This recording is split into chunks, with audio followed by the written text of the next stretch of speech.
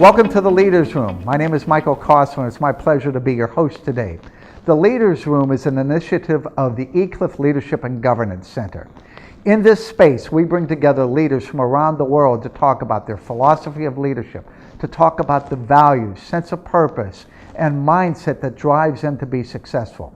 Today, we're really fortunate to talk with Chris Gardner, entrepreneur, philanthropist, and man of success. His story has been characterized like a Horatio Alger novel, of riches to rags and rags to riches type of story. Today we'll be talking with Chris and about his incredible experience and his life today. Chris, welcome to the Leaders Room. Michael. How you doing? Thank you, man. Now look, you know what, that introduction was so cool, but that part about going from riches to rags, I don't know anything about that part. No, I don't want to see that part. All right. I have seen this one video clip of you, Chris, where you're in the back of a taxi and the guy asks, how much money you have in your pocket. Mm-hmm. And you start counting out the bills and you say, and the guy says something like, you don't have any small bills? And you say, I like cash. so that tells me something about you. Well, you know what? You're talking to a guy, and I know you're aware of this, who at one point having $10 extra was a big deal. Right. $10 extra meant I could breathe for a minute, right? And hey. So Chris, for our listeners and viewers, can you give us a 2 or 3 minute kind of synopsis of your story? I don't know if I can do that succinctly, but I can say this. What I do know is that it's not about me. Mm-hmm. It is a universal story of everyone who ever was given permission to dream. Right. Everyone who ever was given permission that, well, you can do this. You can be this. Given that permission and took it and believed it. Mm-hmm. And have been blessed to, at this point, not just giving it to my children, but being in a position to give it to another generation. Mm-hmm. And to share that permission to dream all around the world. Mm-hmm. And that's why I'm honored to be here in Kuala Lumpur today with you. And I say that in all sincerity. People ask me a lot of times, well, where are you going next, or where have you been? Doesn't matter. All I know is right here, right now, Kuala Lumpur, Malaysia, and I'm absolutely honored to be here. So thank you again for having me. Thank you. So Chris, what drives you? What are the values that underpin everything that you do? Let me answer that question this way. Yeah. Let me tell you about the 2 biggest decisions I ever made in my life. Mm-hmm. Number 1, I made a decision as a 5-year-old boy that when I grow up, become a man and have children, my children are going to know who their father is. Right. That became the most important decision that I've ever made in my life. And that's the reason we're sitting here right now having this conversation. Mm-hmm. Number 2, because I was given permission to dream from my mom, I made another decision, and that decision was I was going to become world class at whatever I did in my life. Not good at it, not pretty good at it, but world class at it. Yeah. And when you say what drives me, that's what drives me to this day. Mm-hmm. One of, if not the most important thing in the world for me right now, personally, I want to see myself in my 2.0 version. I want to see the 2.0 version of me, mentally, physically, emotionally, spiritually, and financially. I want to see me hitting on all 12 cylinders. I've hit on 8 out of 12, 9 out of 12. I've hit on 10 out of 12.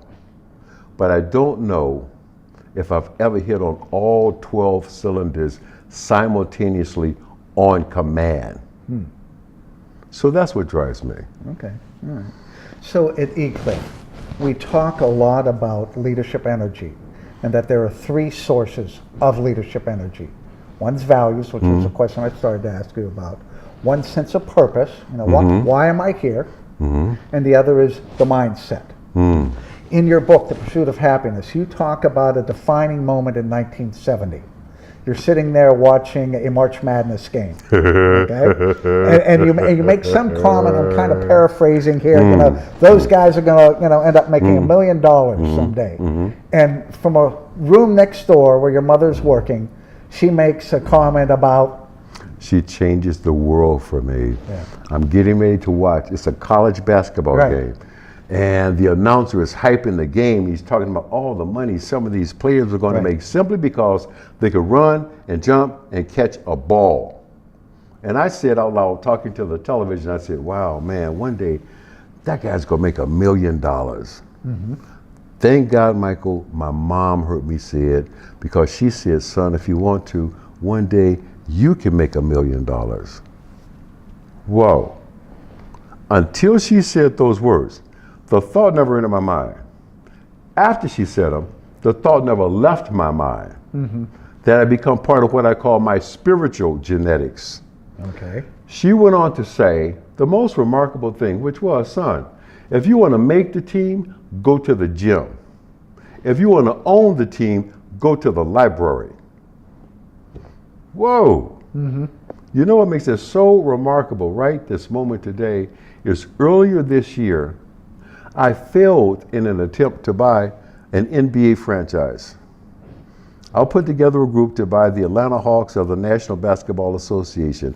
We bid $700 million. $700 million, second highest price ever offered for an NBA franchise, and lost. I'm like, Mom, you didn't tell me about this part. But you know what? That was okay because that was practice. That was practice. Quincy Jones once said to me, the best singing that he ever heard was Michael Jackson at practice. Phil Jackson once said the best basketball he ever saw was Michael Jordan at practice. I like practice. I'll be back. So what are you practicing for? I'll be back. That's all I'm going to say. Okay. I'll be back. Trust me. Remember we had this conversation, okay? Okay. All right. Okay. So your values, your mother said, you know, dream big. Dream whatever you want to dream and believe that you can achieve that. Actualizing that is something else. And along the way, you know, you're noted for having run into a lot of barriers and hurdles that you had to overcome, where people literally said, why do you have the audacity to dream those types of things? Yeah. How did you overcome that? I didn't listen to him. You didn't listen to them. I could hear the voice. I could hear my mom's voice. I could hear those words, you can do or be anything. I will also never forget hearing Dr. Martin Luther King Jr. once say, he was speaking to a group of sanitation workers in Memphis, Tennessee. As a matter of fact, it was the night before he was assassinated. And he was saying to these garbage men, whatever you're going to do with your life, you should seek to become the best at it. His exact words were, if you're going to be a garbage man, you should seek to become the best garbage man. Those lessons from my mom, those words from Dr. King, I knew all I got to do is find my button. What is that one thing that just turns me on? And I talk to people about this all around the world, and the truth is, I cannot tell anyone how to find their button, but I do know this. A lot of us already know, we're just afraid to push it. Why do you think that is? We're afraid to push it because some people might not dig it. Some people might not say it's okay. Some people are going to say, you're going to do what? Why are you going to do that? Forget that. We've got people in this room right now, journalists. At some point, somebody in this room made a decision, I'm going to be a journalist. I'm going to be a writer. Right. And at some point, somebody in their lives probably said to them, a what? Writer? How are you going to pay the rent? Who's a writer? Right? But we got journalists sitting here right now because they believed. You got to be able to see it with the eyes in your soul. You might not physically be able to see it, but if you see it with the eyes in your soul, nobody's got to dig it but you. And I don't mean that in a disrespectful way. Right? Nobody's got to dig it but you, man. And I have to tell you, I've just been so blessed, Michael, and I'm so thankful and humble. And I will never, ever, ever be able to repay some of the blessings that I've been given, because I was able to convince some others that, yeah, I can do this if you give me the opportunity. All right? I mean, I don't want to belabor the point, but I'm thinking of two guys that 30 years ago gave me an opportunity to work on Wall Street when nobody else would. Right. Those two guys today are two of my best friends. Okay. So Chris, I'm imagining though that there's some people either watching or listening to this recording that are saying, this guy is way too positive. It couldn't have been as easy as it almost sounds like. Who said it was easy? Well, okay, so there had to have been at least one dark night of the soul in your journey. Maybe multiple dark nights of the soul. Absolutely. How did you pull, what was the mindset, Chris, that pulled you out of that? I will say this. Okay, let's go back. Let's go back to a point in my life where I was at my absolute lowest emotionally, financially, spiritually, in the darkest moment. Spending nights in that train station washroom with my little boy. Right. What a lot of people don't know is, in the film, Jaden Smith plays my son as a 5-year-old. In reality, my son was 14 months old. He was still in diapers. Yeah. Right? And there was a highly polished piece of sheet metal over the sink. It wasn't a mirror, but it served as a mirror. And I had to wash my little boy every day, and I had to ask myself, why did this happen? Why did that happen? What's going to happen next? The hardest question, Michael, I had to ask and answer every day was, how did I get here? And the answer was more brutal. The answer was, I drove here. I had something to do with the situations and circumstances that had become my life. I drove here, and there was something very empowering about that. Right.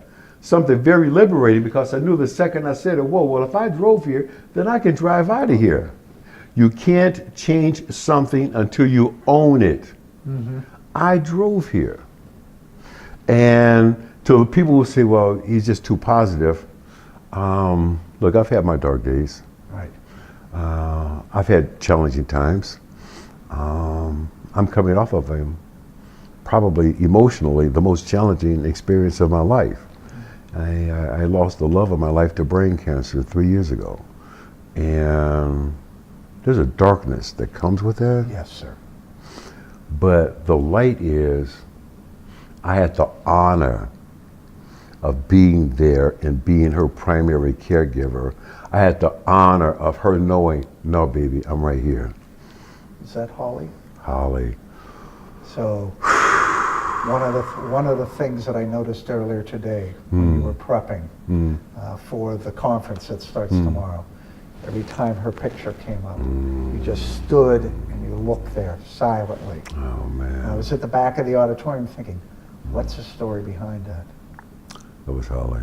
That was all. And you know what, man, let me tell you something. 20 years. And some of the last conversations that she and I were having was her saying to me, now that we can see how truly short life can be, what are you going to do with the rest of your life? That's not just a rhetorical question at that point. Right. What are you going to do? What are you going to do? What are you going to do? What am I going to do? I'm going to start living my own advice. I've written books about it. I've talked about it. I said it here tonight. If you're doing something you're not truly passionate about, you're compromising yourself every single day. That's why I'm trying to get to the 2.0 version of me. What are you going to do with the rest of your life? I'm going to be the best me that I could possibly be. Okay. So you potentially are an inspiration to not only the people that are listening to our conversation, but the people that will hear you in the future. Who gives you your inspiration today? I know your mom. I know your mom was an important source of inspiration. It sure sounds like Holly was an important sense of inspiration. But for Chris Gardner today, who's your source of inspiration? Man, let me tell you something. I have something called a grandchild. Tell me. Oh, man. First of all, you're talking to a guy who never knew his dad, okay? Right. You're talking to a guy who's been a single parent, mother and father, for 29 years. And my reward is I get to be grandpa.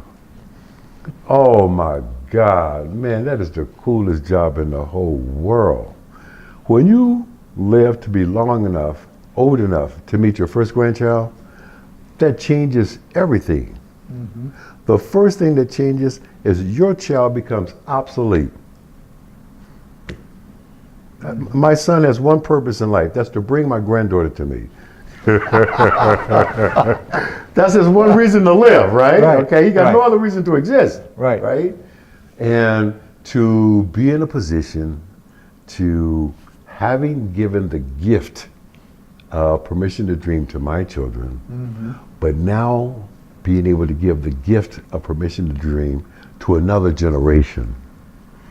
And to be old enough to know better, but young enough to say, what the hell, let's just try it and see what happens.